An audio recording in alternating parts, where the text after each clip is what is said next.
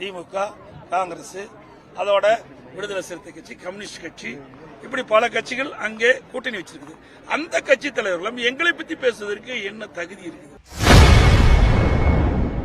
பாஜகவுடன் அதிமுக கூட்டணி வைத்திருப்பதை திமுகவின் கூட்டணி கட்சிகள் விமர்சிக்க என்ன தகுதி உள்ளது என அதிமுக பொதுச் செயலாளர் எடப்பாடி பழனிசாமி கேள்வி எழுப்பியுள்ளார். ஆர்வத்தோடு வந்து கலந்து இருக்காங்க.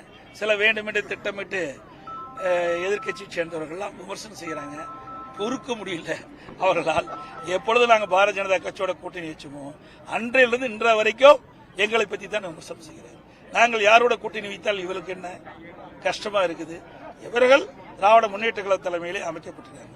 திமுக, காங்கிரஸ், அதோட விடுதலை சிறுத்தை கட்சி, கம்யூனிஸ்ட் கட்சி, இப்படி பல கட்சிகள் அங்கே கூட்டணி வச்சிருக்குது.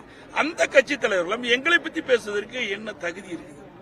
அனைத்து இந்திய அண்ணா திராவிட முன்னேற்ற கழகம் எங்களோட கூட்டணி சேர்க்கின்ற விரும்புகின்ற கட்சியோட நாங்க கூட்டணி வைக்கிறோம். அதுல ஒரு விமர்சனம் அவங்களுக்கு பொறுக்க முடியல.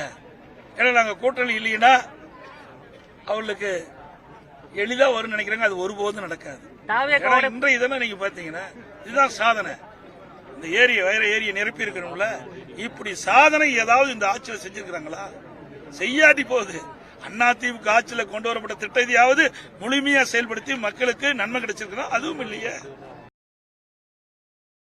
செய்திகளை உள்ளது உள்ளபடி தெரிந்து கொள்ள ரெஃப்ளெக்ட் நியூஸை சப்ஸ்கிரைப் பண்ணுங்க.